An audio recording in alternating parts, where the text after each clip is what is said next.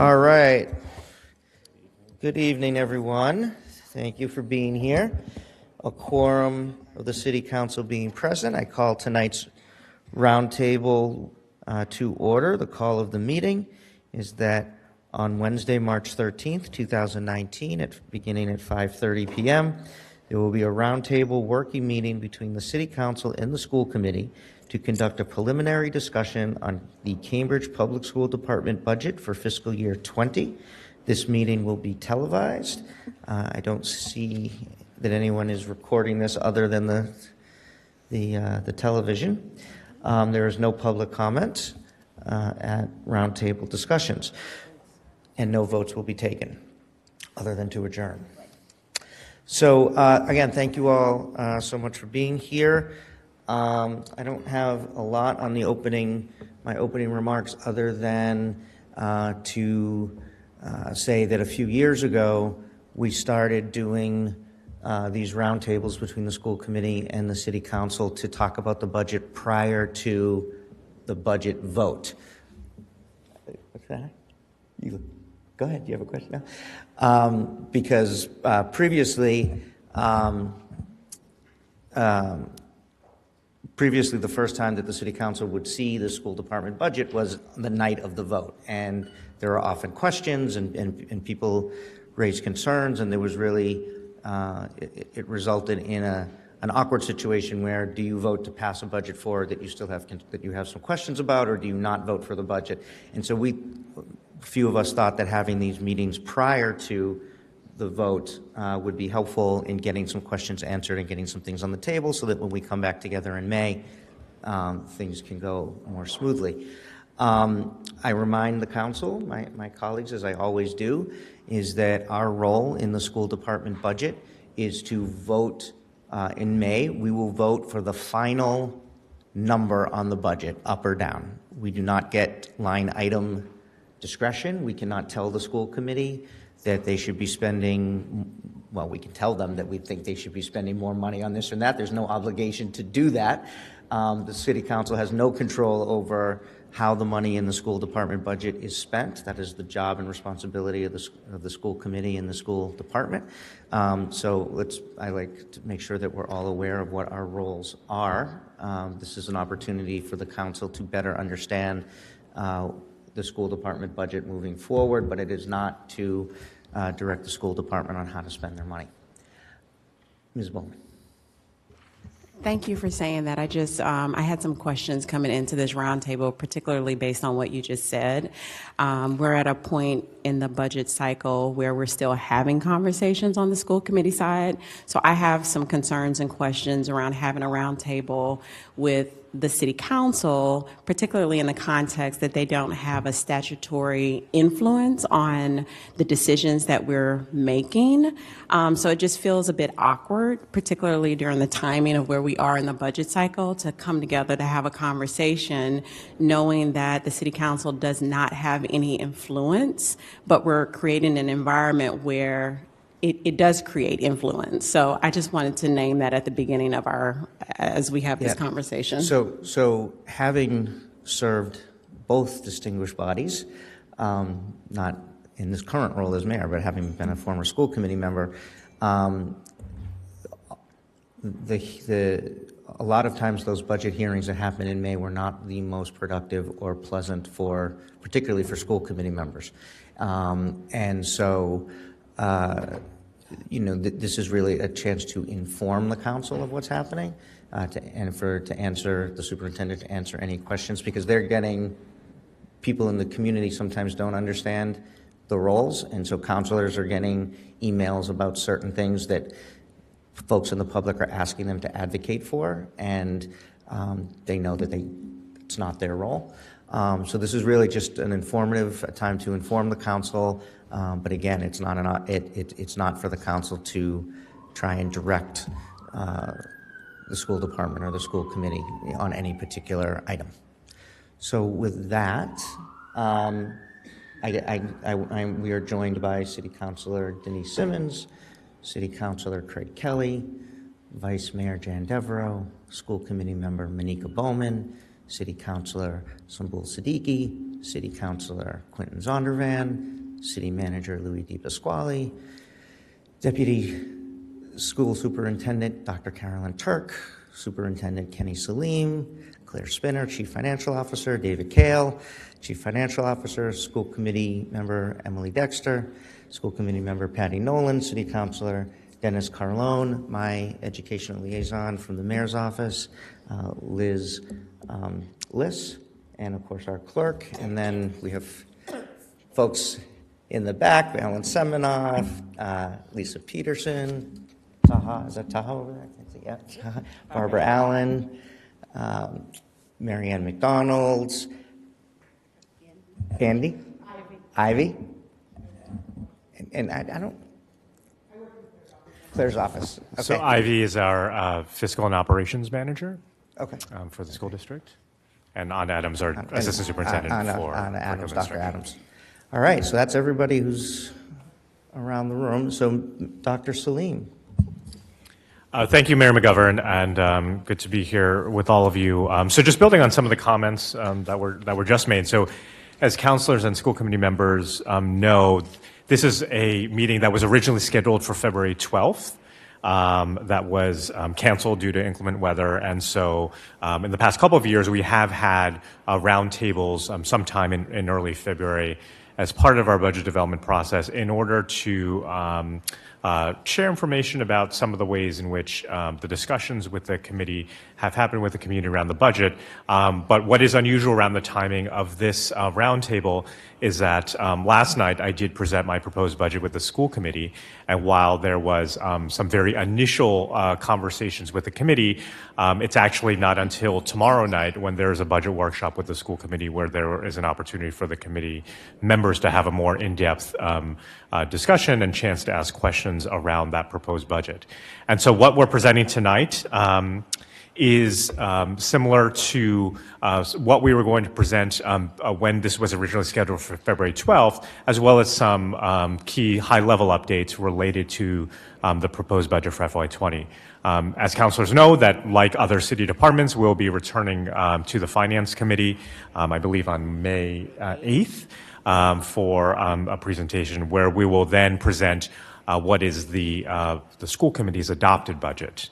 So there may be adjustments even from what was presented last night, and a chance for a deep dive into the proposed investments at that stage.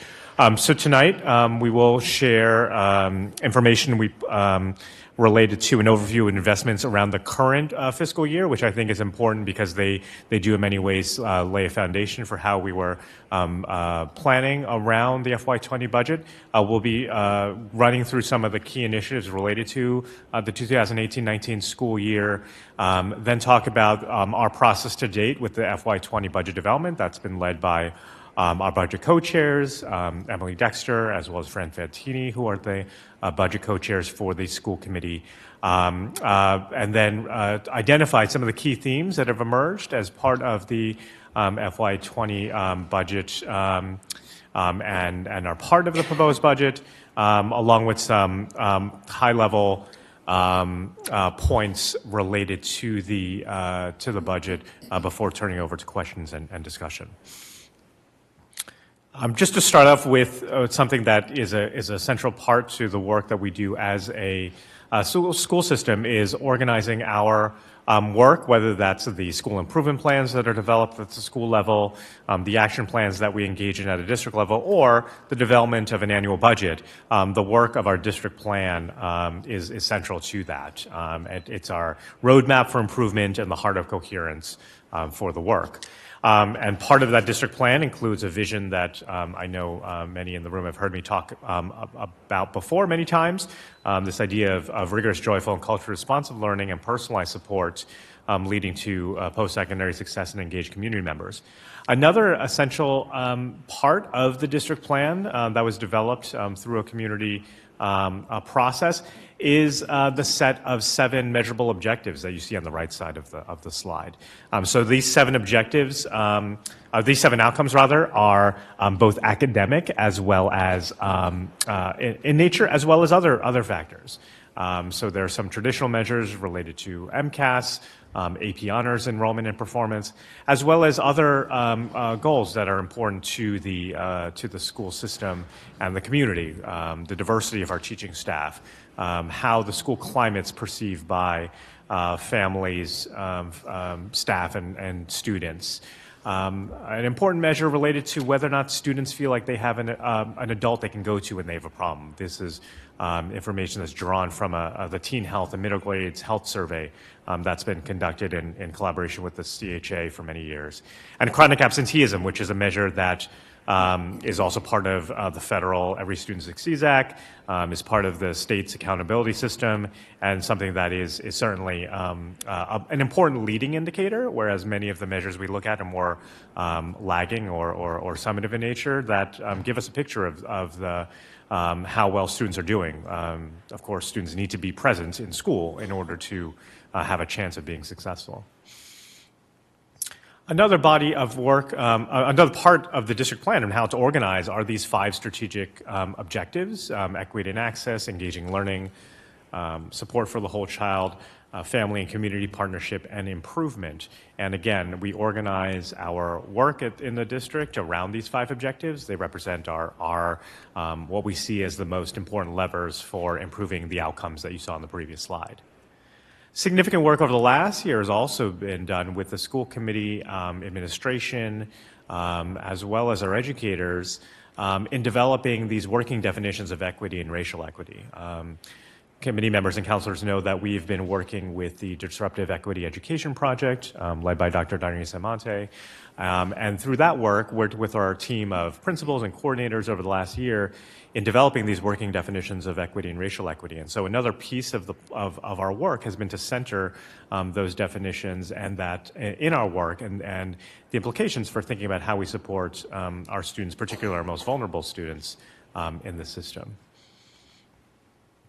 The FY19, so current year budget has invested in the strategic objectives and the following initiatives that are summarized on here that I'll talk through fairly quickly, but just this is a summary slide that gives you a picture of what some of those initiatives are. Many of them fall under equity and access, and many of which we have had a chance to describe to certainly the committee and certainly counselors as well in different settings. Committee members and counselors are, I think, aware of some of the work that we've been doing at the high school in order to create greater access to higher level courses for, in particular, students of color and low-income students, students with disabilities. And an important part of that strategy is the work that has been done based on work that has happened in other communities across the country around thinking about heterogeneously group classes. Historically, counselors and committee members know that we've had, for lack of better terms, are track classes, and there's been real interest over a number of years, from students, from staff, from administrators around how to find ways of disrupting that, so that students have greater access into honors level coursework. And so the strategy around Level Up is to provide all students coming into the high school in 9th grade with that honors level experience. And we launched English Language Arts last year, expanded that to World History this year. This year we have the sort of Level Up honors for all in 9th grade in ELA and in World History in the 9th grade, and something that we call Earned Honors in the 10th grade for English Language Arts, where students, if they earn a certain grade, get that honors distinction. And this is accompanied by also a structure of seminar support, which is a course to support students who might need additional support, who may, based on recommendations and identification based on screener data as well. A big part of this Level Up initiative has been to also maintain lower class sizes, as well as having push in special educator support, which was part of this budget. We also, expanding on that theme and idea around having students learning in heterogeneous settings, was looking at mathematics. And so a big step forward into this year that was supported by the budget was to launch this enhanced math program in the 7th grade. in previous years, we've had a on grade level and accelerated math program, or AMP program. And so this year started a model at 7th grade. 6th grade has always been heterogeneously grouped, but in 7th grade launched a model where students are also heterogeneously grouped, but also additional supports in the form of other interventionists and math specialists that push into the classroom to provide a more individualized support for students is a part of this model, with providing pathways for engaging in algebraic standards as part of this work. So that we laid the foundation for this work that also included not just funding for staff, but also instructional materials. The middle grades are using materials that called illustrative math that are strongly aligned with the Massachusetts curriculum frameworks, as well as other important math practices. This year also saw the complete rollout of the CRLS take-home model, the one-to-one technology model that started last year with the freshman class, and then also the start of rolling out into the upper elementary grades, along with the upper schools. Our work around culture proficiency continued this year with student-led and teacher-led activities and training. Our continued work with the Disruptive Equity Education Project, as well as leveraging some philanthropic support. So we launched over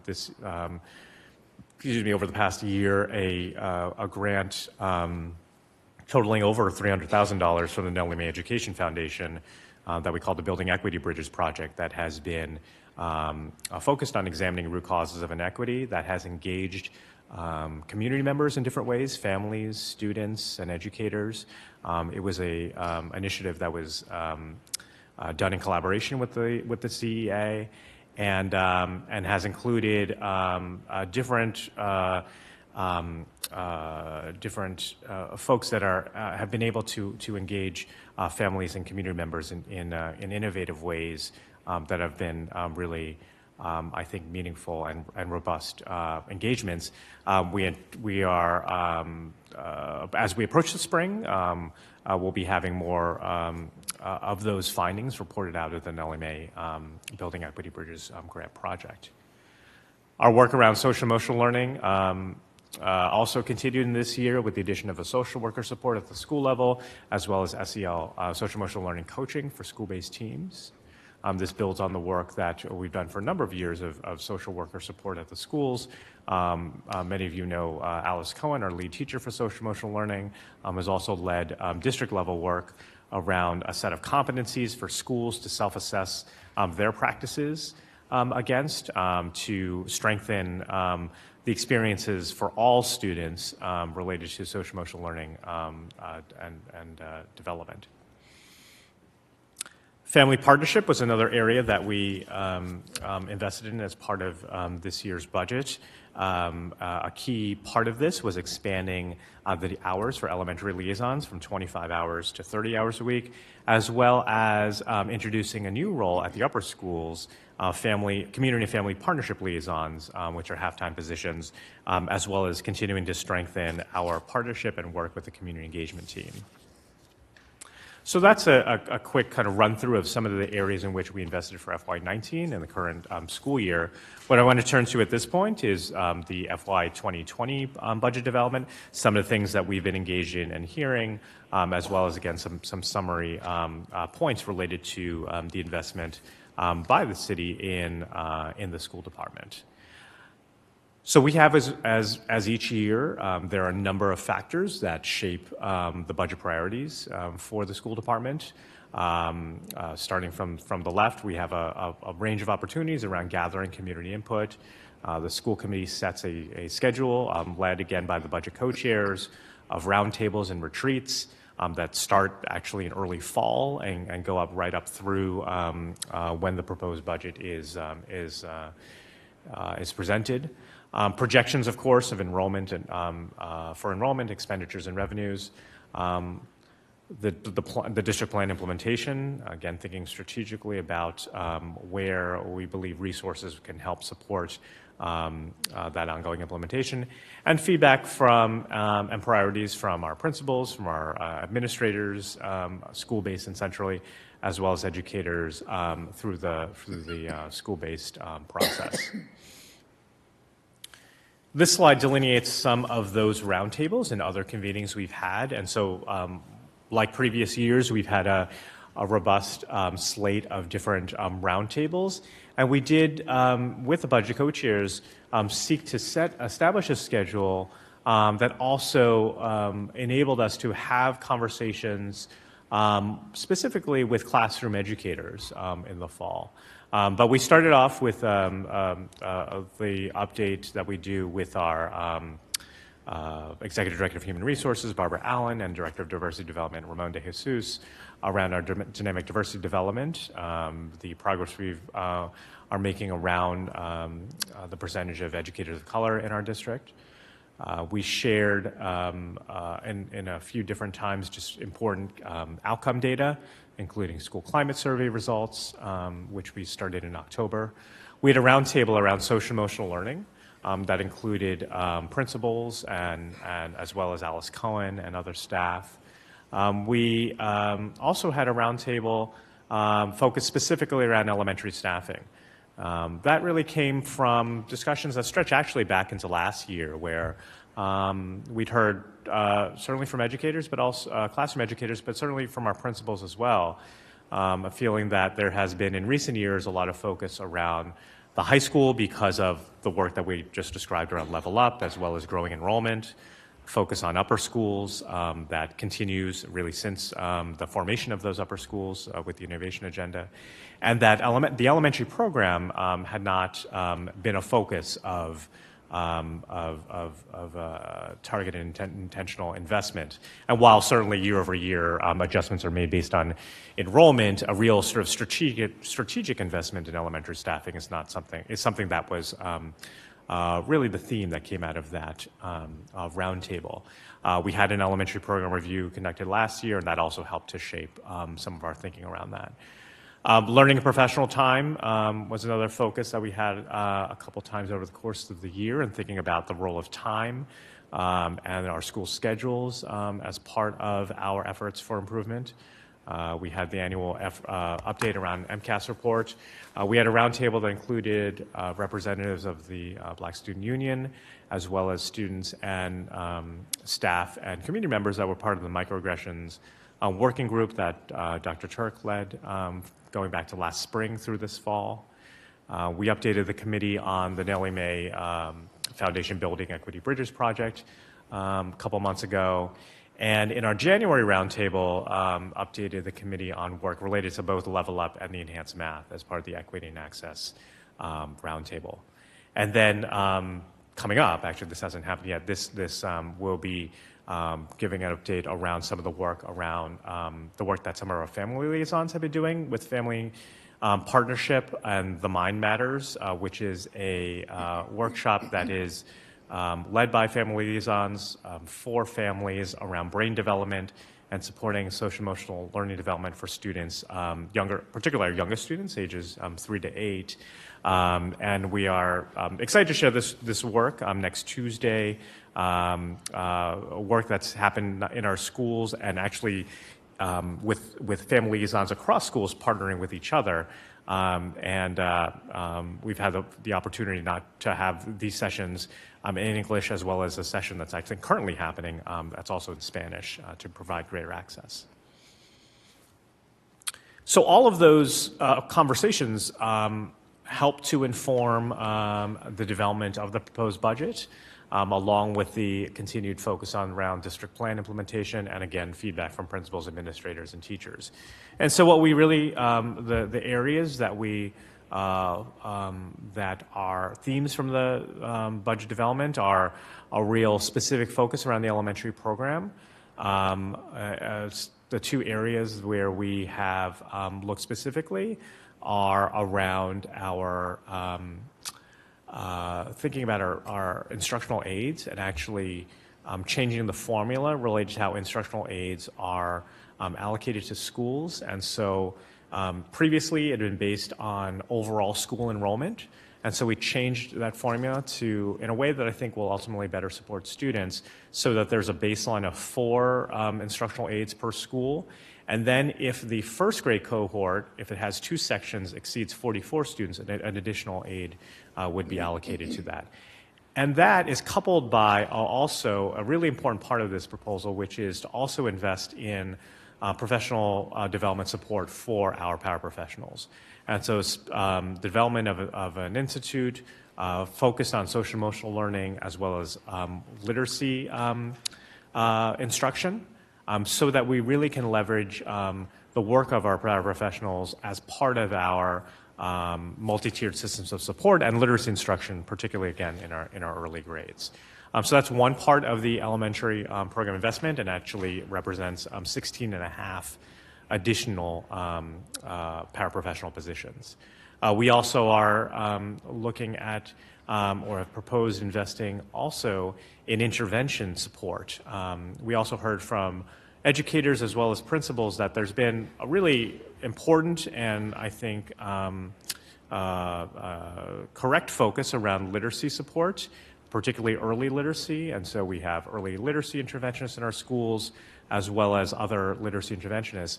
The support around math intervention has been inconsistent across school because schools have made different individual decisions. So using school-based funds, they have funded math interventionists. And so we have decided that with this budget to allocate a half-time math interventionist position to 10 of our elementary programs, and then 2 of our schools would have full-time math interventionists.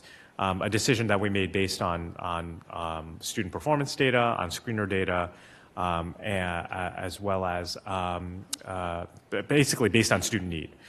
So that's also been a theme over the last couple of budgets, to be able to really look at need and try to, and again, sort of align with our definition around equity of providing more for students that need more.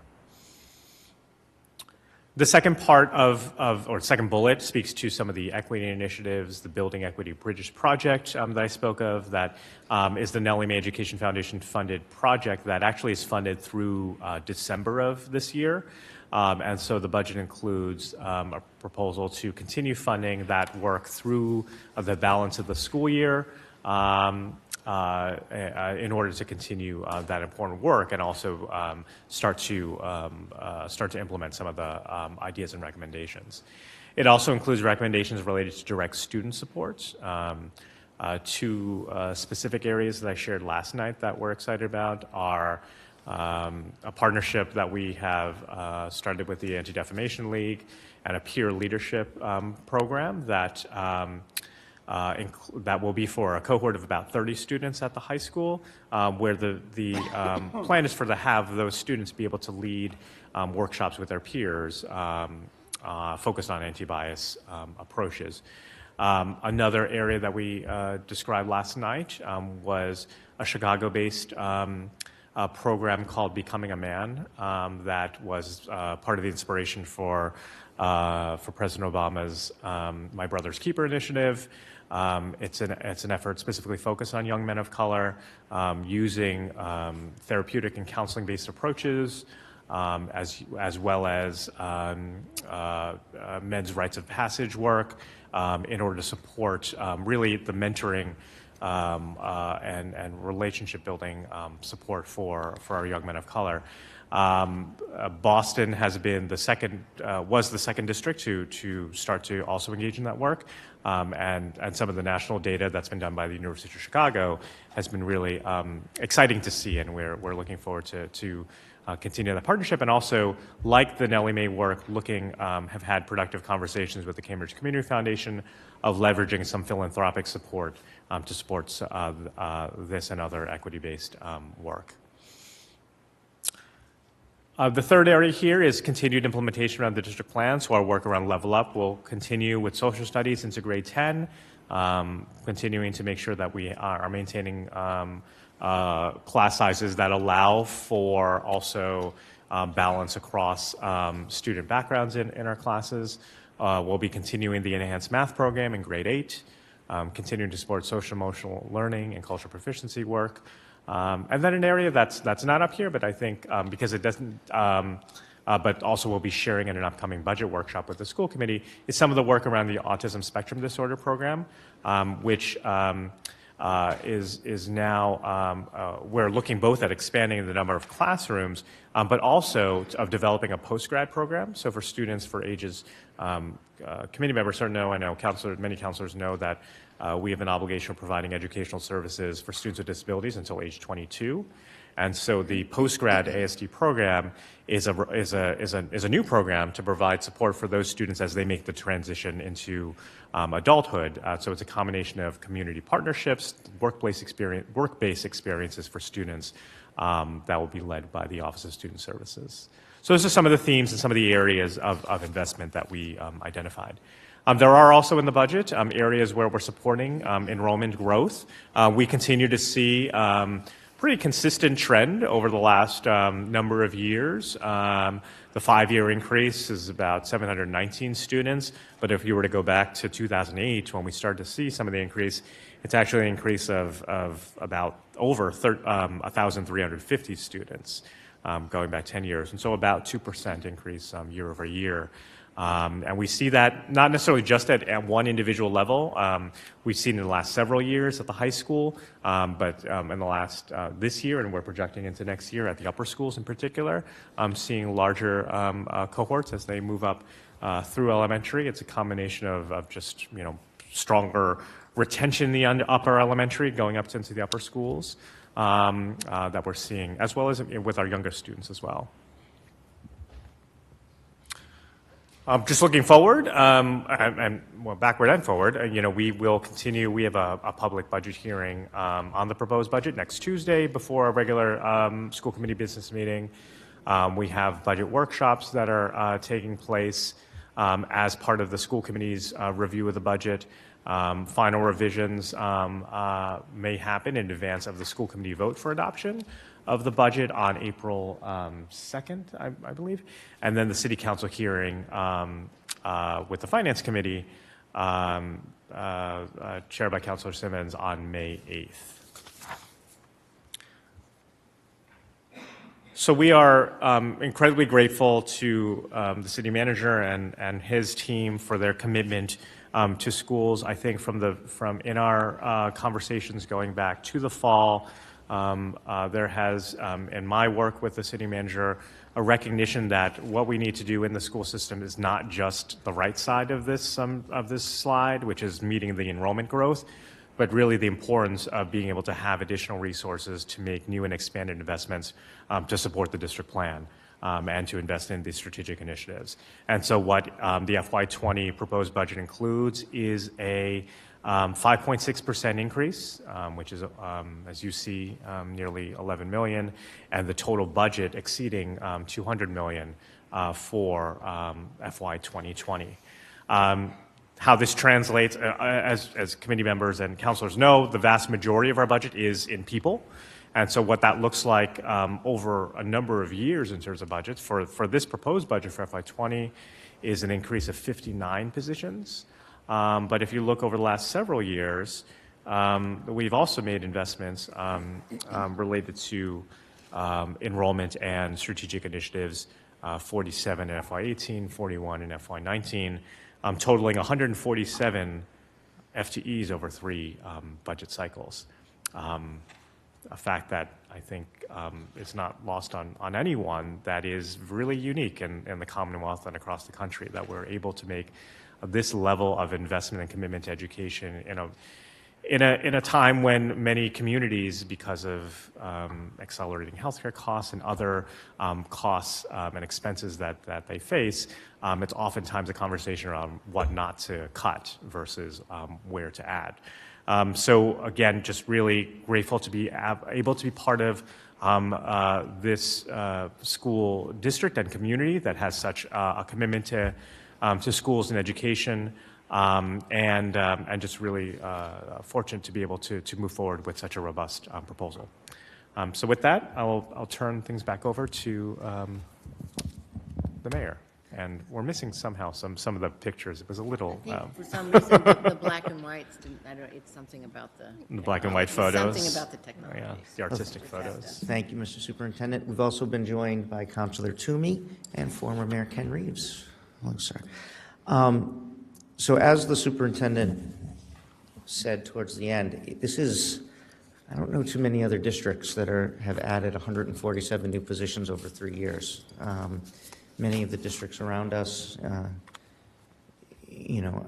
often looking at cutting positions, not adding positions, and I think that shows, again, a great commitment of the city and the school department to support our students. But to fully kind of round out this picture, I also thought it was important for the manager to talk a little bit about some expenditures that go towards our schools that don't appear in the school budget, because that $201 million budget, which is, I'm glad we cracked that, 200 million, is obviously the largest piece of the puzzle, but there's a lot of money that goes into our schools that comes out of the city budget. And I'm not necessarily talking about the capital projects that we talk about all the time, but staffing and other supports that don't show up in this budget, but also express our strong commitment as a community to our young people. And so I thought maybe Mr. Manager, you could highlight a few of those for us before we open it up. Absolutely. The first thing I just wanted to say is I really want to thank the superintendent and his team. This really is a partnership that does not meet once or twice a year. It meets constantly throughout the year, and we're proud to be able to help finance these budgets over the last 3 years that I've been manager. And as the superintendent said, it's not just about meeting the growth of the new students, it's about allowing for expansion, which is similar to what the city's doing. The one thing that the school doesn't have that the city has is their budget is primarily all taxes, so whatever they do increases their support of the tax rate. So their tax input will be greater than ours, but that's really more not about budget growth. It's about the fact that we have other alternative revenues that they don't have, and it's important to recognize that when coming up with their tax number. And I think we've done a really good job working together to understand that. So, but I think we should recognize all the other things that the city and school really are doing together, because I really think it's all one group here. And I think, I know we don't want to talk about capital, but when we're said and done with the 3 new schools, it'll be about $500 million, which is an incredible commitment. Well, we've been able to do that in this current year budget. There's $6 million in capital expenses. Obviously, we started the free lunch program, breakfast program at the school. That was in the city's budget. The health department's about $1.9 million in expenses that are in the city's budget. Police department is at about $1.6 million with school crossing guards and school resource officers. Debt service is about $27 million. So if you take a look at those items, it's about an additional 36. I mean, debt service depends how you want to look at it, but clearly there's about $9 million that is absolutely directly related to the 19 budget. But I think one of the things that we're proud of in working with the school is the human service budget. And just going over about 11 items that which human service is involved in, working with the schools primarily, we have in this budget $19 million related to King Open Extended Day, Agenda for Children, Community Engagement Team, Inclusionary Initiative, Center for Families, Baby U, Early Childhood, Community Schools, Child Care, Youth Programs, College Success, Mayor's Program, Youth Internships. And it really is a team effort and something we're proud of. And then as you start with the library and look at youth services and STEAM, about another $1 million. So if you put it all together, it really is a team effort, but you could add, not counting the additional schools, about $56 million that helps the children of the city, and it's something that we're proud of. It's something that the council's made a priority for a long time. So I think we have a priority when it comes to the education budget, but we've also made a priority in terms of making sure the departments that support the education budget are fully supported too. And I think human services has grown in these areas as much as any department, if not more, understanding the importance of the role they play in this area. So I think it's something we all should be proud of. And as I always say, while still controlling taxes. Thank you, Mr. Manager. And just before I forget, I got a text from Counselor Mallon. She regrets that she can't be here due to a family engagement, but wanted me to send her apologies for not being here tonight. Let's open it up. Any thoughts, questions? Counselor Carlone. Thank you for the presentation and for all the work you do. The range of the programs is very impressive, and certainly the stretch of all the efforts seems to be all-encompassing, not living with this day to day. But I do have a question. I noticed literacy at grade 3 and English literacy at grade 3 reading and math literacy at grade 8. I understand why those are key times in a child's growth. If someone isn't up to the level, and I've said before, I wasn't at grade 3 reading. I really had to work because I had a lack of an education early. What do we do? Are there programs to help kids? I assume there's a good 10%. I don't know what the percentage is, but there's enough that a program is necessary to give them that extra effort, both at English reading and math. Is there a summer program? Is there an after-school program? How do we deal with that? Yeah, thanks for the question. So a few thoughts related to that. Certainly when thinking about just sort of the core the classroom-based instructional experience or school-based instructional experience for students, our model, which we talk about or describe as the multi-tiered systems of support, is this idea around there is a tier 1 approach that's for all students, tier 2 for students that may need additional support, and tier 3 is typically supports that are happening perhaps through some other types of pull-out services or something that's happening in a substantially separate setting in some cases. And so the design very much is about leveraging the many other resources. Much of our staff is not just classroom teachers, but also interventionists, coaches, other supports, or counselors that can provide some of those supports for students. I think one of the things we're trying to do as a district is to try to move more towards having some of those supports and resources happen within the classroom. So it is more of a push-in model. So that students are not being pulled out of, say, maybe it's a special, or maybe it's actually their literacy block, but that students can still participate in that. In addition, there are ways in which we are looking at leveraging some of the spaces that you refer to, like summer. So one of the things that is what we're excited about for this upcoming summer is a partnership that we're engaged with MIT and the MGH Institutes of Health on a summer literacy program specifically for struggling readers to really try to both prevent that kind of summer slide or the summer learning loss, but also augment some of their supports with research-based strategies. And as this is part of a partnership with research partners, to be able to have a rigorous evaluation of that intervention, so that that might be something that we're able to scale up in a larger way in future years.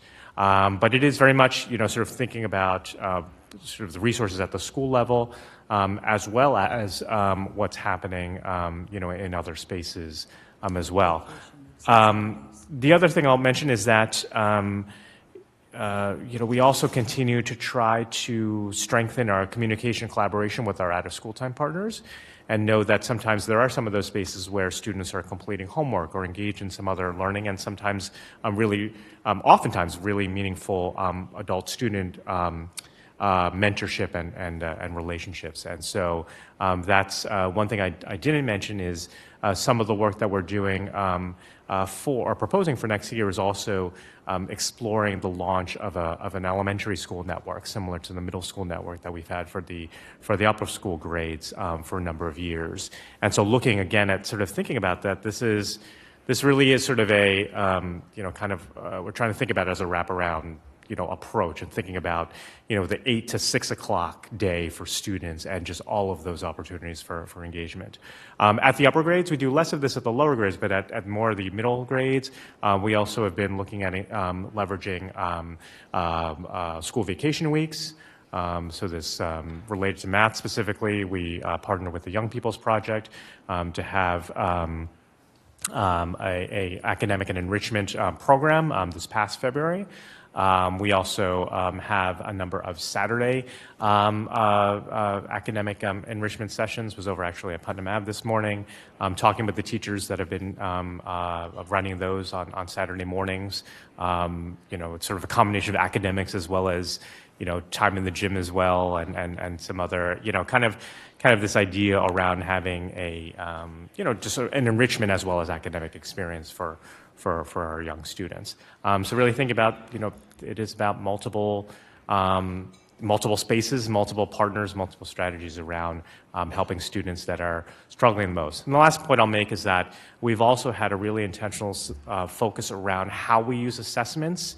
And assessments don't just have to be the sort of standard assessments like MCAS or the more formal assessments, but how we use different types of just informal assessments that teachers also administer to also be able to check for students' understanding and to be able to group and regroup to address student needs. Thank you. Just one quick follow-up. And it sounds like you're doing a lot, but my question is related to that, the feedback that you're getting. It's working with the 3rd and 8th graders or whatever kids need that extra time, assistance. There's follow-up on how they're doing, and indeed, it's helped.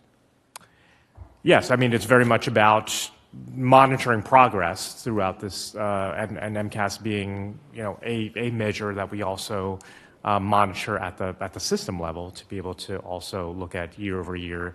And we're looking at 8th grade in particular, not just around performance, but also growth. And so we have seen in this past year growth across all of our subgroups as well as improvements in those areas. Great. That must be exciting. Thank you, Mr. Mayor. Thank you. And I would just say, as all 4 of my children in the early grades had needed extra support in reading, and were received that extra support outside of the classroom, and it really made the world a difference. And they're actually, my 8-year-old son now is he's now in 3rd grade, but he went from reading at slightly below 3rd grade level when he entered 3rd grade to halfway through 4th grade right now because of that support, and now doesn't need those supports anymore. So just from personal experience, it's worked really well. Vice Mayor. Thank you, and thank you for the presentation. I wanted to ask a little bit more about the enrollment growth projections. We always ask that because that does sort of interact with the planning that the council is doing, looking ahead with Envision and all the other things. So the graph sort of stops with the coming school year, but the growth, I'm assuming, doesn't stop. So how, 200 students a year between this current year and the next. And I know it doesn't neatly break down into that means 8 new classrooms that get sprinkled in, but is it primarily in the lower grades, in the high school? Is it certain neighborhoods?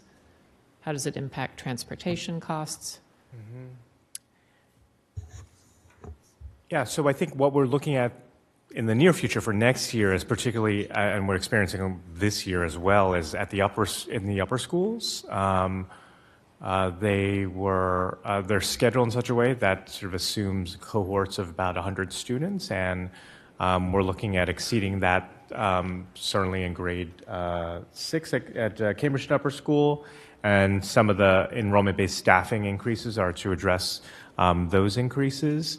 It's also looking at ways we can be creative around scheduling to also support some of the student needs.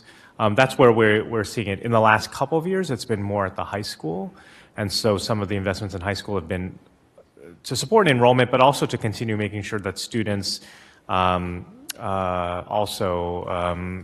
have options related to electives as part of their experience. In the, in the lower grades, we continue to see really, high, applications, at the Student Registration Center. And it's something that we, certainly does have some impact on transportation. I think also just the nature of also where, different developments have emerged, have also had impact on transportation as well, in terms of buses needing to, traveling from, North Point, Cambridge Crossing, or Alewife, certainly has an impact too. We do see at the earlier grades actually very full first grade classes across our schools. And so as we discussed, just a couple weeks ago with the roundtable focused on the Tobin Vassal building, that we have in our conversations, particularly around the upper school, looked at how we can address some of those space needs, because they're very real. So thank you. So in looking at the number of new full-time equivalents, is there a way to sort of break down how much of the growth in personnel is attributable to the growth in students? Because obviously we need more teachers if we have more students, but are we also getting additional personnel for, additional support? And yeah, that's right. That's a great question. So actually, it breaks down to about 26.5 of those being enrollment-based, and 32.5 of them being related to district plan strategic initiatives. Thank you. Councillor Siddiqui? Thank you. I wanted to briefly just mention School Committee Bowman. Ms. Bowman had to step out for a family situation, but so she sends her regards. I had a few questions. One of the questions is geared towards STEAM, and just getting an update. I think in years past there's been STEAM on all over some presentations, and wanted to get an update with regard to the budget. And I know we work as a city, we have the STEAM initiative, but how is that reflected in 2020? Yeah, I would say that, there are ways in which there's not necessarily sort of additional budget resources. I would say that a lot of the work around STEAM has been about, it's something I didn't speak as much about tonight, but one of the things I often share with the committee is that part of the work around the district plan is also about how we're using existing resources in different ways. And so I think some of the work with Charlene Yang and I think the robust partnership through the STEAM initiative has been collaboration with our science and math departments in different ways. Another big piece that's not part of our general fund budget, but that has been a tremendous investment from philanthropic support, is the Biogen Foundation's investment in both Cambridge and Somerville to support STEAM initiatives. And so there are a number of nonprofit organizations, the Young People's Project, Lesley University, You Aspire, En route, and Breakthrough that have been the recipient. I think I'm missing one, if I count correctly, but of organizations that have received support as part of a 3-year grant to then support the schools. And so Lesley in particular has done a lot of work supporting some professional development for teachers in advancing some of the STEAM initiatives. Actually, next week we have work that we're doing with our ICTS department focused specifically around computer science. That's taking place across, I think it's in our upper schools. And we've looked at ways of really sort of bridging those. Also, we just have also a lot of partnerships that continue. I mentioned briefly, I was over at Putnam Ave Upper School this morning, and the Broad Institute has had a long-standing partnership with our 8th grade science teachers. And so they were engaging with students this morning around a DNA extraction lab. And so, those types of experiences where we're really trying to bridge industry, higher ed, particularly around STEAM experiences initiatives with our students has been really robust. And I know that Mr. DePiscotale and city departments have also looked at other ways of leveraging other departments, the libraries, human services, and other spaces to also continue to augment, STEAM experiences for our kids. Great, thank you for the update. Second question I had was, I'm just curious, on the page that says developing the budget to support student achievement and the arrow associated community input, could you just explain what that looks like? What Sure. does community input look like into budget priorities?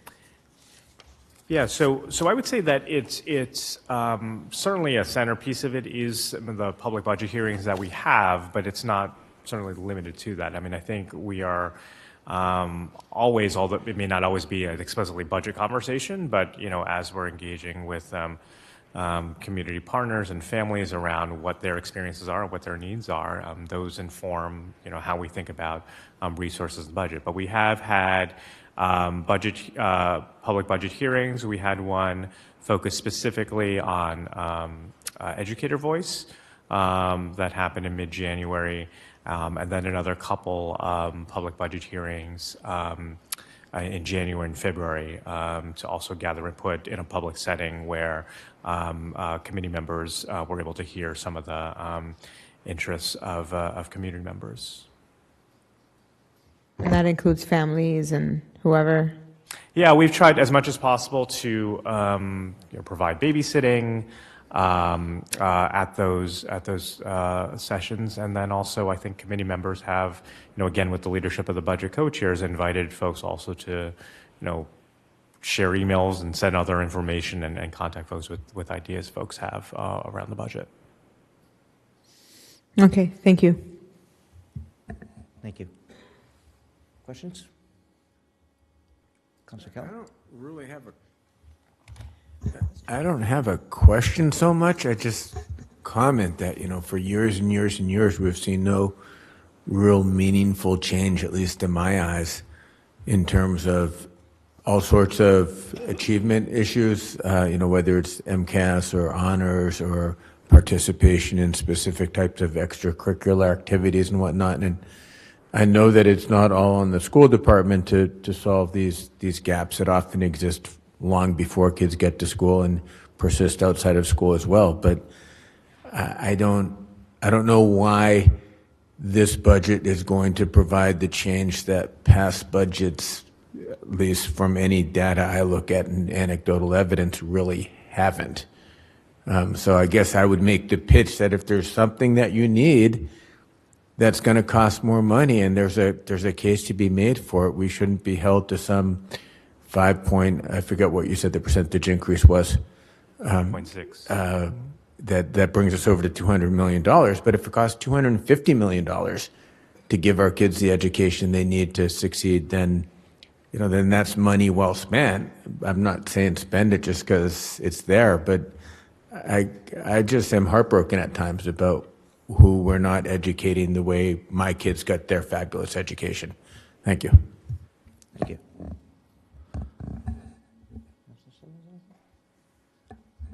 Anyone?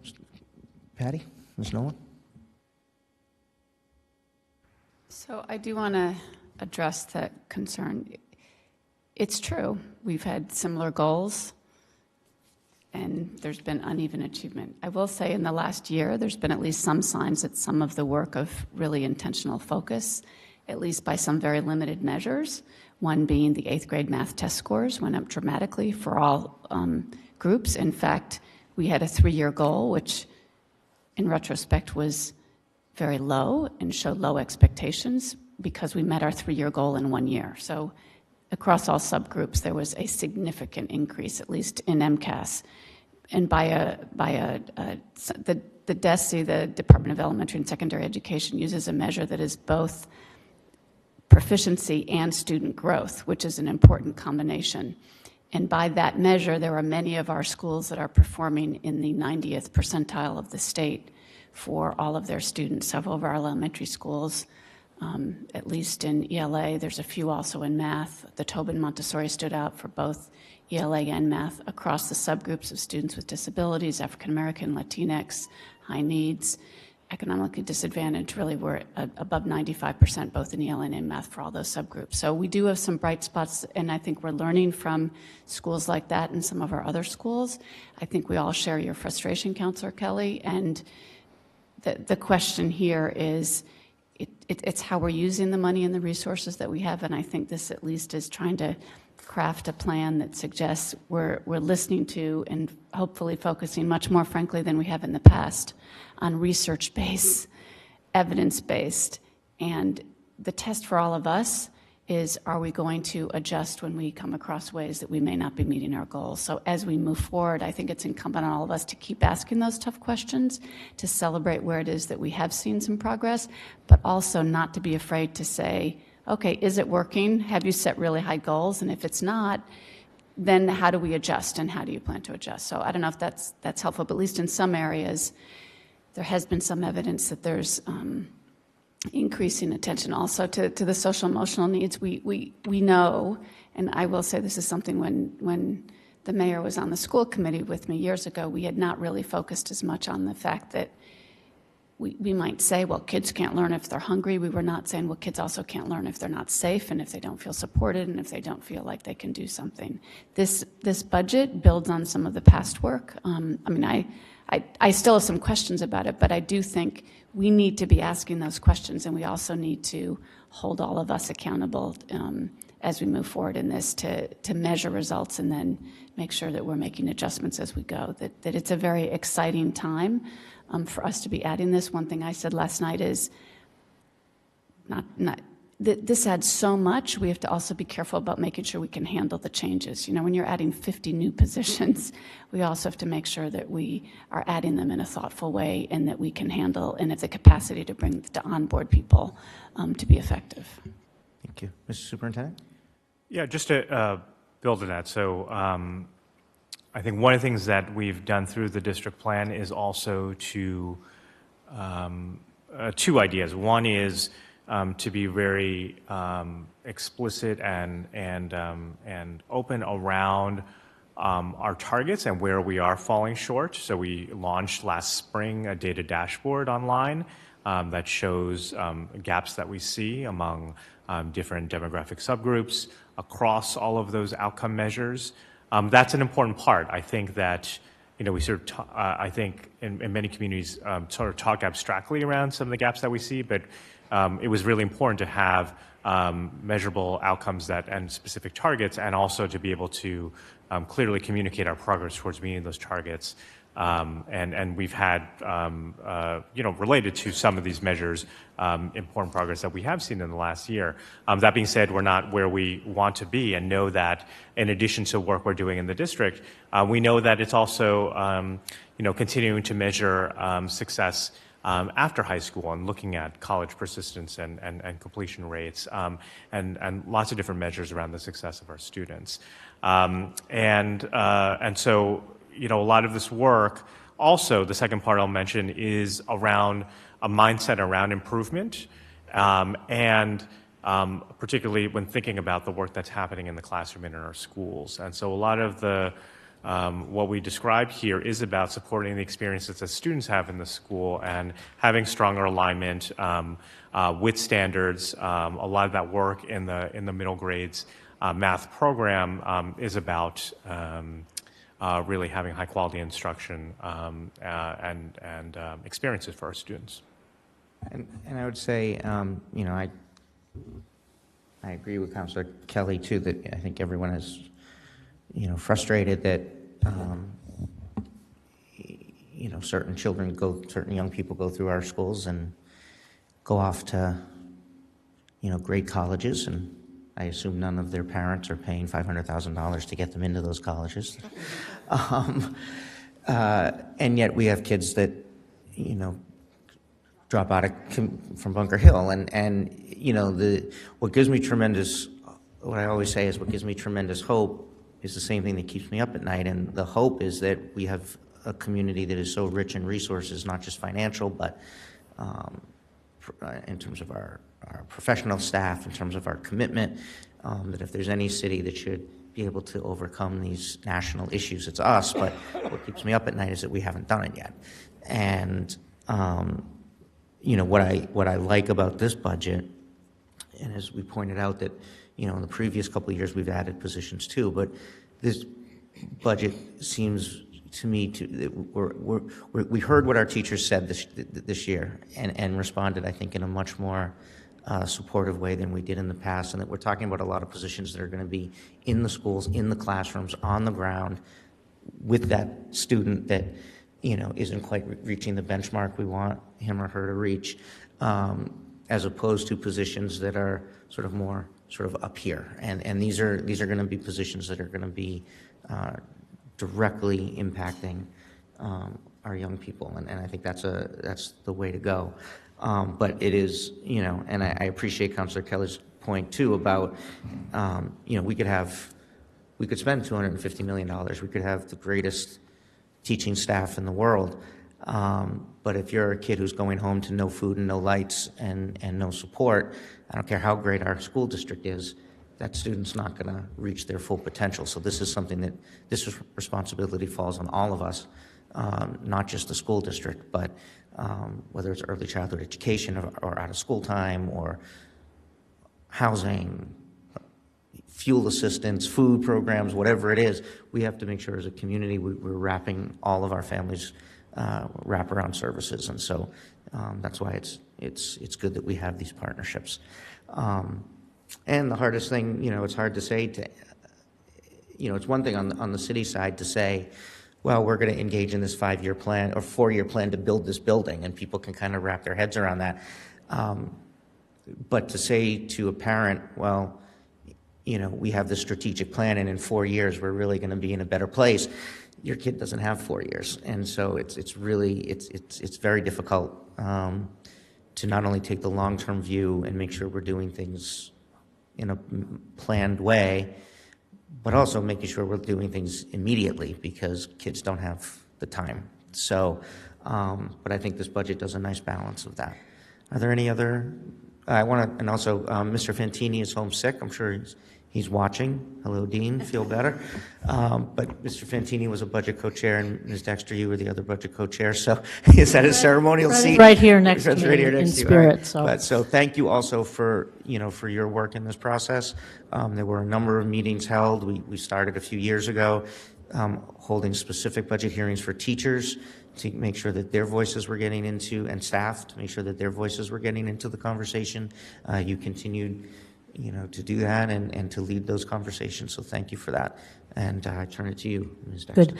Well, I would just say to Mr. Kelly, if you have $50 more million to give us, we could certainly think of really good ways to spend it, because we are adding 26 new class time positions that are not for enrollment, but if you spread that over 7,000 kids, that's about 1 position per 200 kids. So at the same time that we're adding some positions, we also have class sizes that are going up. So we're adding positions, particularly in the elementary schools, but we still have class sizes in our upper schools that look kind of like suburban class sizes of 22, 23, 24. And that's true for some of our younger grades. We know that our teachers have been asking for social workers, and there's a lot of research around a real wraparound program, which we have elements of. We've got family liaisons. Some schools have extra social workers, but not others. So there's certainly lots of research suggesting places that we could put more resources.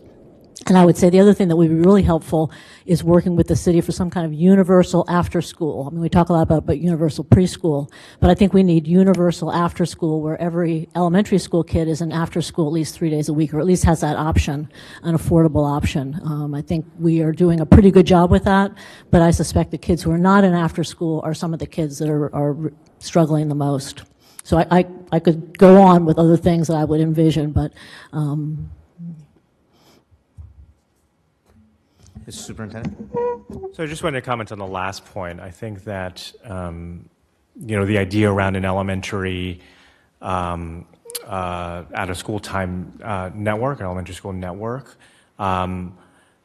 really grows out of this idea that I think that there could be something about giving greater access to families. And I don't think it's necessarily the opportunities. I think there's tremendous commitment by Department of Human Services. We talk often actually about how we can have more students that and families from who need supports the most enrolled, and having scholarships and other opportunities. But some of the systems and structures are not perhaps as optimized, and I think part of that is just is that collaboration and communication that could be strengthened. And so we do believe there are opportunities around that, because again, going back to the idea around really it is, that 8 to 6 sort of whole day experience for the student that we need to be thinking about leveraging as part of that student's learning, not just academically, but as part of their social emotional development, as they're engaging with adults that they whom they trust and can feel engaged with. Councilor Kelly? Thank you. So back to the money piece. I know that no one begrudges any of the money spent on education, but if we go back, for example, to the innovation agenda or really a number of interventions, we don't see that they have necessarily given us the various academic results that we want. And I spent a lot of time last night trying to find some feedback on the innovation agenda. I could find nothing. It might be there and I just couldn't find it, but if I can't find it, I assume a lot of other people can't find it. I have no clue whether the innovation agenda did what it was supposed to do. I have no clue whether the promises made in terms of staffing and sports activities and stuff like that were kept. I got no idea.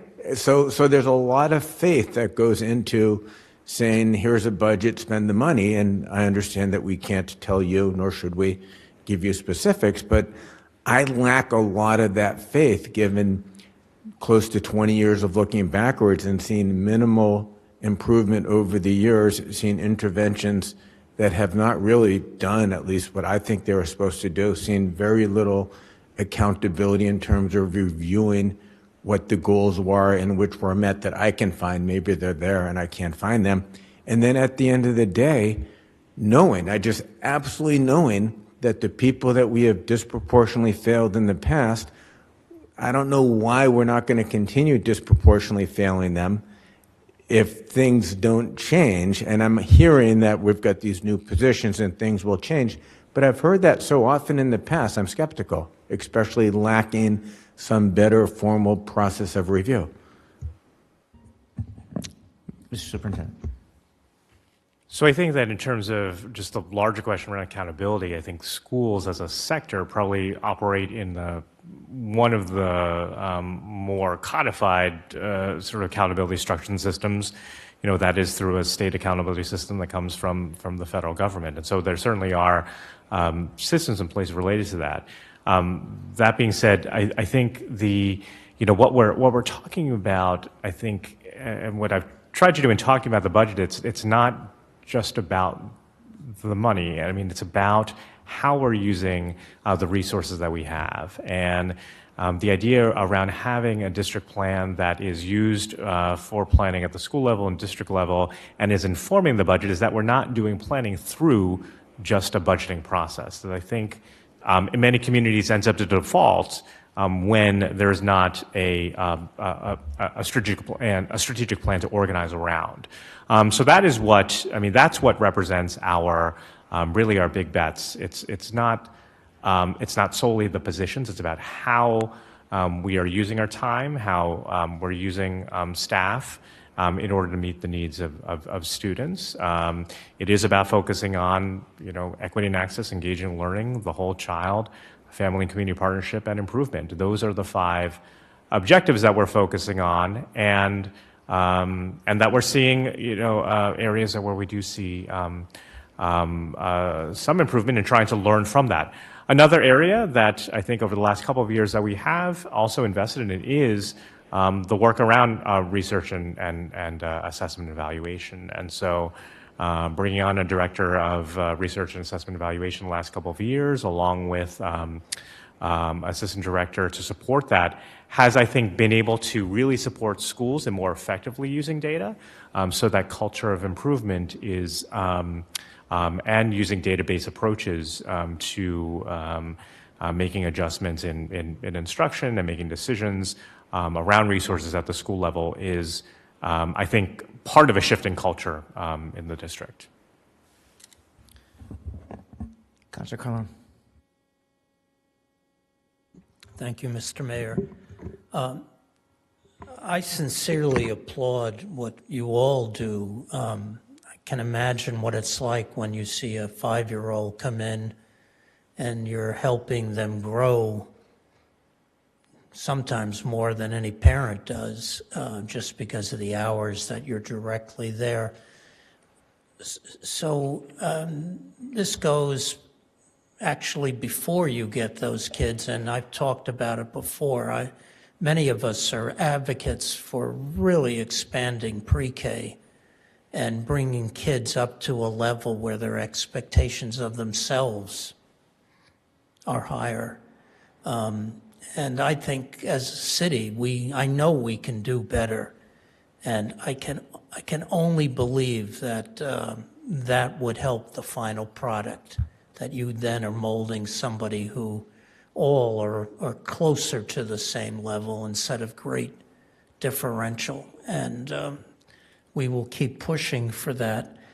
So I started thinking about the 8th grade. Patty mentioned that the 8th grade class, the 8th grade math scores are up there now compared to recent years. But the literacy or the reading at 3rd grade are less productive. I know they're different subjects, and maybe there's nothing similar about the two efforts, but have we learned from what's worked in 8th grade that can be used in 3rd grade?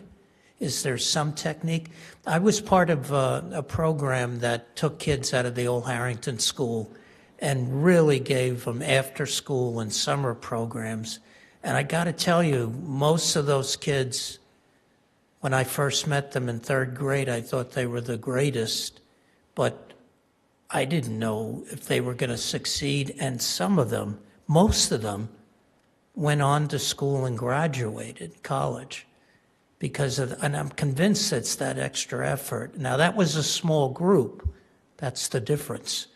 It started out 68, I think, and ended up 50-something because kids had to move out of Cambridge.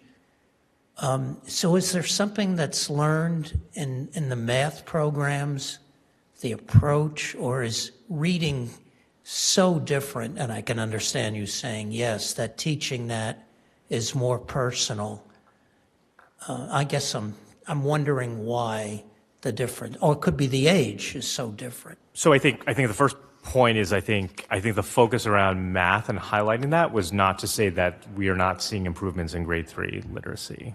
We actually saw a 7-point improvement last year, 2017 to 2018 on grade 3 ELA MCAS. We see similarly improvements in terms of growth and improvements across actually all of our subgroups on the grade 3 ELA MCAS. And so it is, I mentioned some of the work that's happened with some of the early literacy focus. That being said, we're not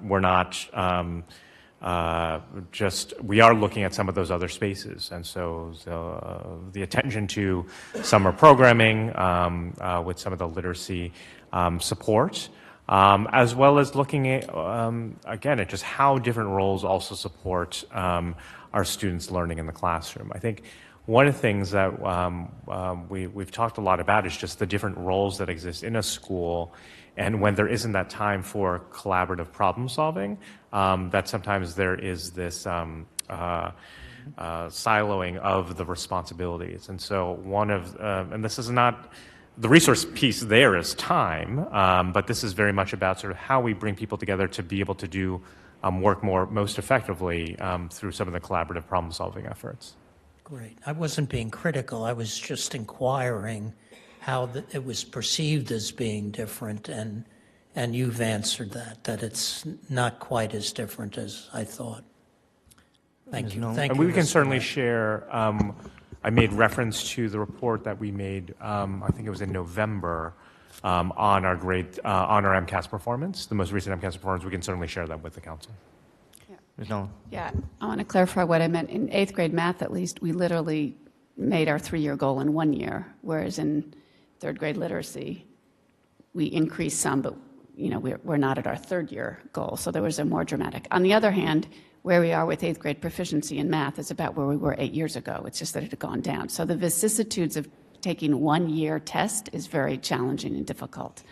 I do think it's, Dr. Salim was not here with the innovation agenda, and it was passed a long time ago, and it has not been fully assessed. So that is, I understand the concern that that went forward. It's something we're getting better at. As Dr. Salim said, we now have someone on staff who actually is specialized in focusing, hopefully, on data in a way that another culture shift in the district is to ensure that we actually do evaluation of programs and moving forward with that. And I will say, I agree completely on early literacy.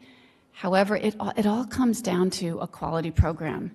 We have our own data when we looked at it a few years ago that showed that our junior kindergartners were not actually any better off when you assess 3rd grade literacy than our kindergartners. They had 2 years of kindergarten, right, J, K, and K, whereas our kindergartners had only had 1, and we expected to see an increase, at least at that time. I'm not sure whether that's been true the last few years, but that data from a few years ago, I think, surprised a lot of us, and I think it goes to show that you may have a program, but if you're not doubling down and focused on ensuring that it's research-based, evidence-based, and you continually adjust as it goes along to ensure that you're reaching your goals, all the money in the world is not going to solve that.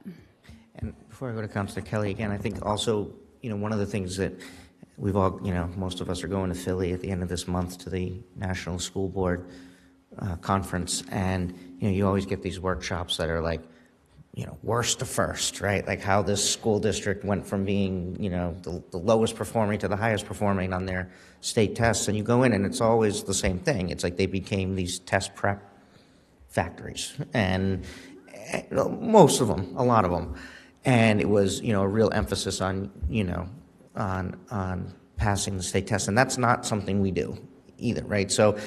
I think looking at multiple assessments, which has always been a challenge, people, of course, first go to the MCAS, and it is a measure, and certainly one you can look at, but it doesn't always tell the whole story, and I think, there could be some, we could certainly do some things, I think, that would change the philosophy of our school district that might lead to some increases in those tests, but I'm not sure that I would want to do that or that the community would want to do that. So it's, I don't think anybody is, obviously no one is saying that we're at the point we want to be, otherwise people wouldn't be working as hard as they're working.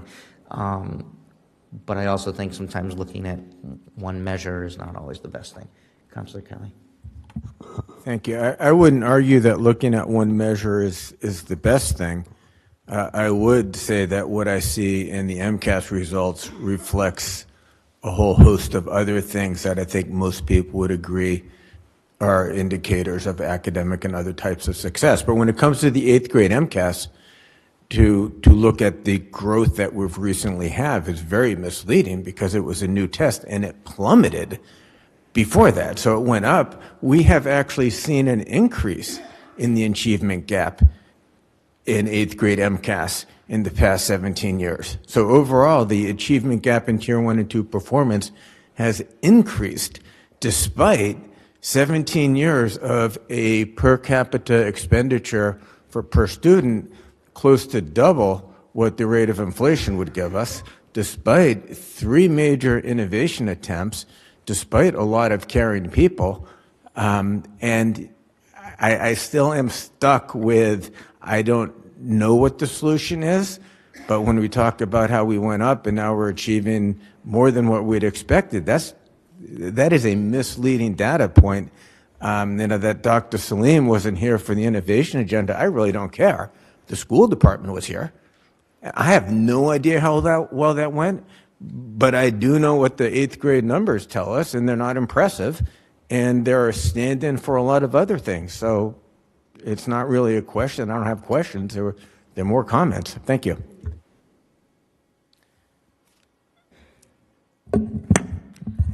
Before you give your answer, I have to concur with my colleague, Councilor Kelly. If we're going to talk about the innovation agenda, I don't particularly find it a sound answer to say, well, so-and-so wasn't here, because Councilor Kelly is right. Most of the school committee was here. And as I remember it, having sat through that horrible experience of the innovation agenda, as someone who did not support it, I want to say there were 3 prongs, but one of the biggest the biggest selling point of the innovation agenda was it was going to improve the achievement gap, and it did not anything. And I think it's embarrassing. I think it's embarrassing. And the information that's in the budget is always very sound and always innovative and always very good. But at some point, one has to say to the district, how long are we going to continue to lay on new programs and not look at what is the core problem, which I think if we looked hard enough or just told the truth, we could find out.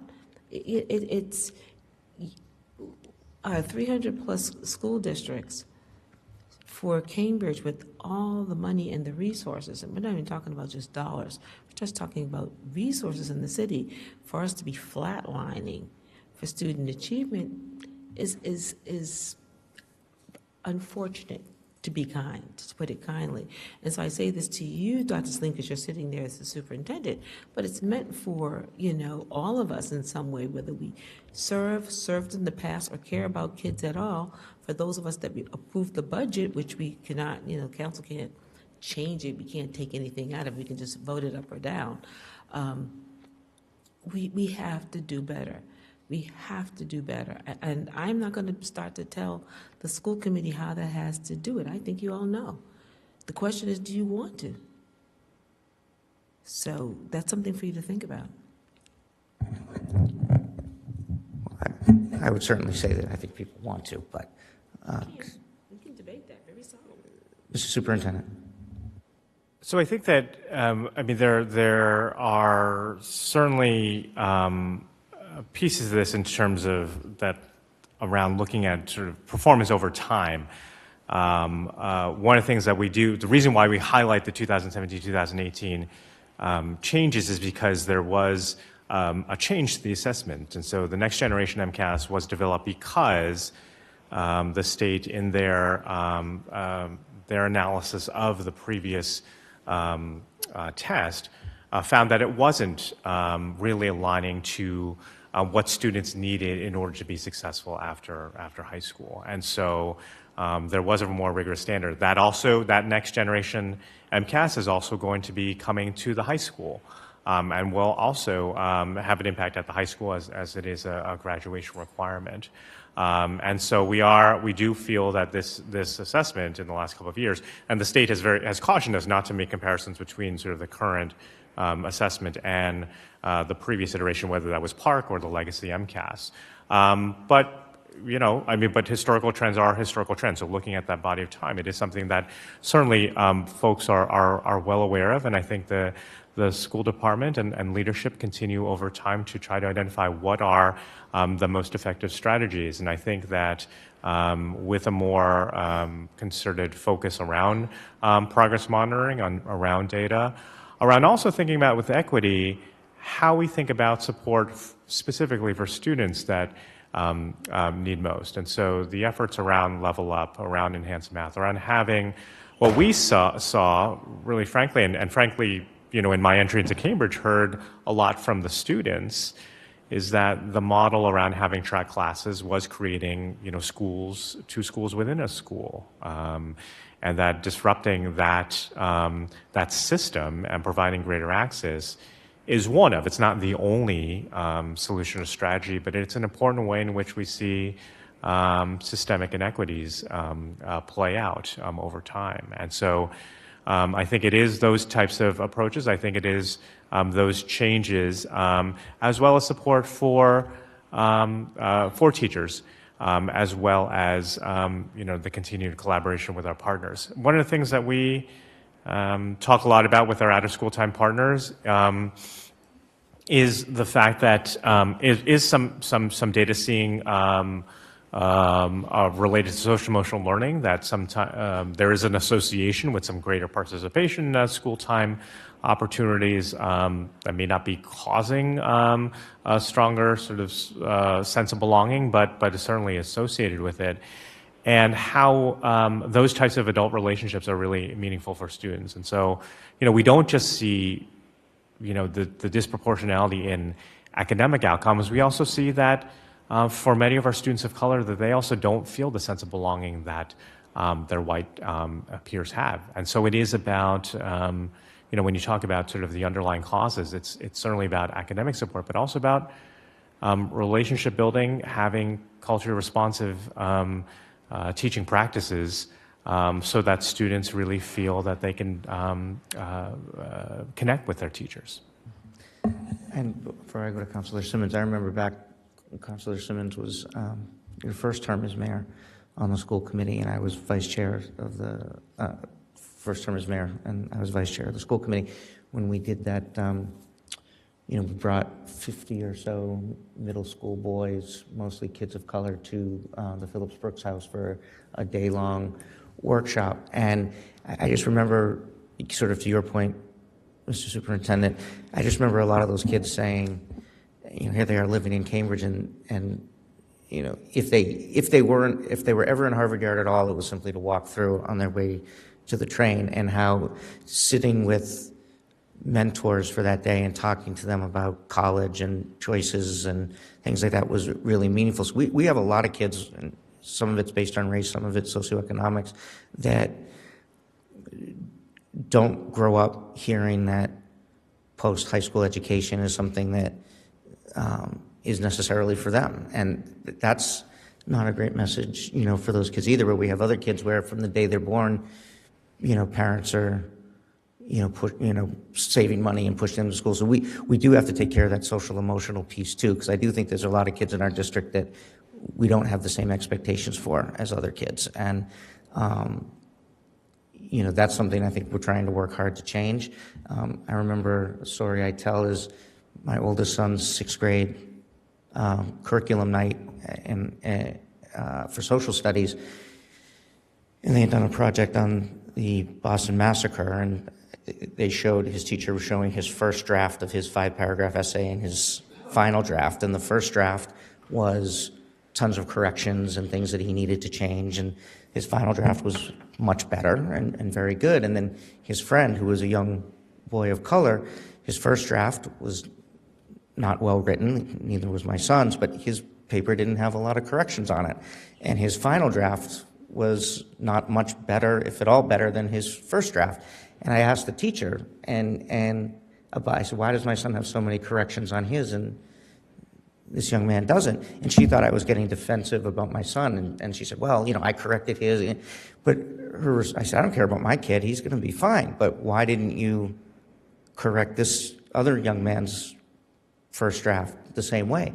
And it was, well, he's got a lot of issues at home, and I don't want to put too much pressure on him. All sort of, you could classify it as sort of well-meaning kind of stuff, but at the end of the day, that kid didn't learn how to write a 5-paragraph essay, and my kid did.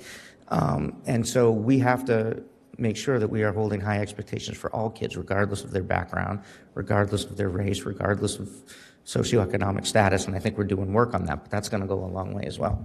Councilor. Thank you. Point well taken. Several years ago, we tried to have a conversation, I think it went pretty well, where we invited charter schools to talk about, what's happening, best practices. It really was about best practices. We haven't done it since, and I'm not trying to encourage that we do. But I do have to say this, when you look at, and I'm not saying, because I know someone's going to say, well, not all the charter schools, but the charter schools, there are charter schools in this district and a few schools in our own district that do really well by students of color. So it doesn't seem to me like it's a magic. The answers are out there. Are we willing to go out, dig deep to figure out what it is? charter schools, one in particular, I'm not going to name because I'm not promoting one charter school over the other, and I'm not actually trying to pit the charter schools, which are public schools, against our public schools. But how is it that they do so well with less and we do so poorly with more? And that, I think that's the conversation that we need to sit down at the table and decide what we're willing to do to turn this around, because I really do believe it's within our ability to do it. And we don't have to look far to get the answer. It exists in some of our schools, and it certainly exists in some of the charter schools, and it's just frustrating. It's frustrating to have this conversation, and I had told Mark, the mayor, was going to be quiet, and that didn't last long, as you can see. But because as someone who sat at this table or a table similar to it for more years than I want to enumerate, to have the exact same conversation, and to, again, not to belittle the new initiatives, and I am impressed and happy about the diversity work, because that has not been happened in a real credible way as consistently for a long time. But you still have the base question is, why are we getting the same results with more when other schools are getting better results with less? And it's more of a rhetorical question. I'm not asking you to answer it, because you just don't have to. I mean, one thing I do want to share is that, one of the things that I have in my time as superintendent is to also spend time with leaders of charter schools and to observe classrooms and schools. So I do think that dialogue and communication is important, and that we shouldn't just be confined to sort of traditional public school district peers as part of the conversation and learning. I have the Vice Mayor and then Ms. Dexter. Thank you. I would support Councillor Simmons' suggestion to maybe revisit the charter school roundtable that we had before. But I wanted to ask how we're doing on the hiring of teachers of color, because I think this question about expectations and cultural competency and so forth, I know that that's been a goal of ours. So how is that going? And with all these new hires? So what we reported in September for this current year is that we did increase the percentage of educators of color. We're at, I believe, 24% of teachers of color. That's the specific outcome that we're looking at related to the district plan. We actually exceed 30% when looking at administrators or paraprofessionals. Specifically for teachers is where we have been focusing our efforts. And the work that Ms. Allen and Mr. De Jesus have done has been around working with administrators around how implicit bias can exist in a hiring process and how to mitigate that, as well as being creative around looking at how our job descriptions are crafted, as well as some strategic recruitment. So that is, one of our 7 outcomes, and something that we're proud of advancing with really focused and hard work. Thank you. The issue of bias in hiring and job descriptions, have you guys all done that training, the behavioral interviewing that's being offered? Our human resources personnel department has been offering sort of trainings on interviewing techniques that are meant to address some of those implicit biases and stuff. So I didn't know if that was something that the school department had been offered already. So one of the things we did last April is to, with all of our principals and coordinators, lead a session around implicit bias in hiring and working with hiring committees around that. Great. And I would just, before I go to Emily, I think one of the things too, when you're talking about hiring teachers, the process is it's a committee that includes not just staff that may have gone through that training, but it also includes parents from the community who may not have had that training. And I think that's, we've talked about that too, is how do we make sure that everybody who is involved in the hiring process gets some kind of training around implicit bias, because I think what happens at the school level is sometimes, positions, teachers of color may not get the same the same shot as some other teachers, and I think sometimes it happens at the school level. That 25%, is the district number, and I think we have some schools that have a much higher percentage of teachers of color, and we have some schools that don't have as many, and so it's not only the district number, but the per school percentage to make sure that, this is across the district and not just pockets. And so just to also just add additional data to that, so where we are is 24%, but this year of all new hires, 46% were teachers of color that were hired, and 33% of those male teachers of color. Ms. Dexter. Yeah, this is again a follow-up to Mr. Kelly. Just to put some numbers for everybody here, especially when we're talking about STEAM initiatives in math, for students who are economically disadvantaged, which I think is about $30,000 and under. It's a little bit different from the free and reduced lunch. For that category of kids, 3rd through 8th grade, 70% in math are below expectations. So we have there's a big problem. It's not a small problem. So that's that one data point. If you think about what's happening at our high school, we're seeing a lot of kids coming in from Shady Hill, BB&N, Friends School. When you think about what those students are getting, K through 8 in those types of schools, 2 teachers in the classroom in Shady Hill, et cetera, kids, high school classes of 14, guidance counselors with caseloads of, certainly under 200. We compare ourselves often to public schools. We're better than other public schools, but in terms of the resources that we provide, it's nothing like what a private school would provide. And I don't know what it would cost to provide that. But another statistic is the number of teachers we have per student is the same as Salem and Waltham. So that's, those are up high compared to some other districts, but it's not exceptional. So I just, I think it's important, obviously, that we have honest conversations, even if they're difficult conversations, because we're not where we want to be. But I do want to say this is, if I were a staff member listening to this at home or sitting in the audience, I would feel like, why do I want to come to work tomorrow? And when the elected officials are, it doesn't sound like they're getting a lot of support. So I just, I know we have a lot of work to do. I don't think anybody is ducking that. But I also think we have some incredibly hardworking people in our school district. We've brought on some new people in our district that are doing really good work. And I just feel that needs to be said, because I would, if I were watching this at home, I'd feel like, why do I bother? And I'm glad that, and I don't think it's meant that way. I think people want to have serious conversations, because we're not happy. I don't think anyone's going to be happy until every child who graduates from the Cambridge Public Schools does something that, I don't think it always has to be college, but is successful in whatever that next step of their life will be. But I just, I know people are working hard, and I think that was important to say. Counselor. I kind of take exception to that, because at least let me reiterate what I said. I said we. We're a table of policymakers, and I was talking as a policymaker to my colleagues who are policymakers. We all have a nickel in this quarter. I don't care if you're the custodian, the cafeteria worker, the principal, the assistant principal. We all have a role in this, and we all have to take responsibility. So I would hope no one would feel that we just poo-pooed the teachers.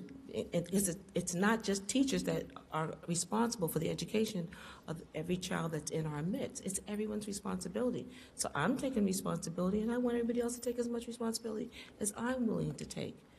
And so, thank you for your apology, but you don't have to apologize for me, because I don't think I said anything that was so insensitive or disparaging for anyone to walk away and think, oh my God, they're dumping on us. I'm dumping on all of us, because we've all got a role in it. We all have to take responsibility. And if we're not willing to do that, then we're in the wrong place. Counselor Kelly. Thank you. I'd reiterate that, and also go back to Ms. Dexter's comments that the numbers are certainly the numbers despite everyone's hard work. And if it takes another $50 million worth of staff training and support and this and that to make those numbers reflect better results, and we can have that conversation. But saying that people work hard and sort of inferring, and I don't know that you did that, but it sounded that way a little bit to me, that this may be as good as we could get or as good as we might be able to be right now, these numbers are horrible. And this is 8th grade MCAS I'm looking at. So if you're not proficient at 8th grade MCAS, you're not getting the geometry or the algebra or the stats or the whatever that everything I can find or hear says is really, really important to future life success. So I don't want to dump on anyone, but I don't want anyone walking out of this room thinking I'm happy. I'm not happy with myself. I'm not happy with anyone in this room. I'm not happy with what's going on, and it's been that way for as long as I've been paying attention. We have not moved the needle in any meaningful way, despite all sorts of attempts to do so. And when I brought up the innovation agenda, one thing I didn't hear was, and you know what? We're going to go back and find out what promises were made. We're going to review that innovation agenda. So no, I'm not happy at all. Well, as I said, I don't think any of us are happy, and I certainly didn't insinuate that I thought we are where we should be. And if you heard my comments and listened to them, you would have known that we still have a lot of work to do. But I do think the room feels very heavy, and I wanted to bring that into the space. And it's very, and I think Councilor Simmons is right. It is all of us. So, these meetings are always difficult because they often feel like they don't always feel as if we're all pulling in the same direction. And I think there's a lot we need to do on our side or on our rope to pull as well. And so I just, it was feeling to me a little heavy. Councilor Siddiqui. Thank you. I wanted to briefly just say that on the math note, we're definitely not where we are.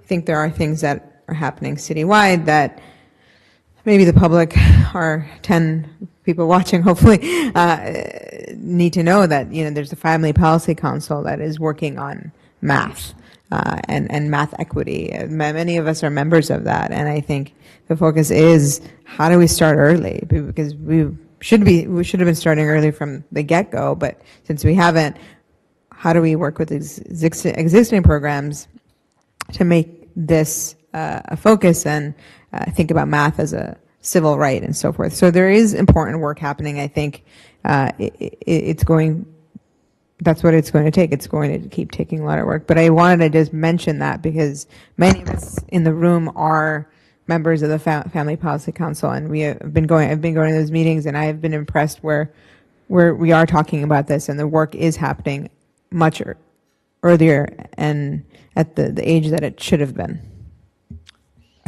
Councilor Cohen.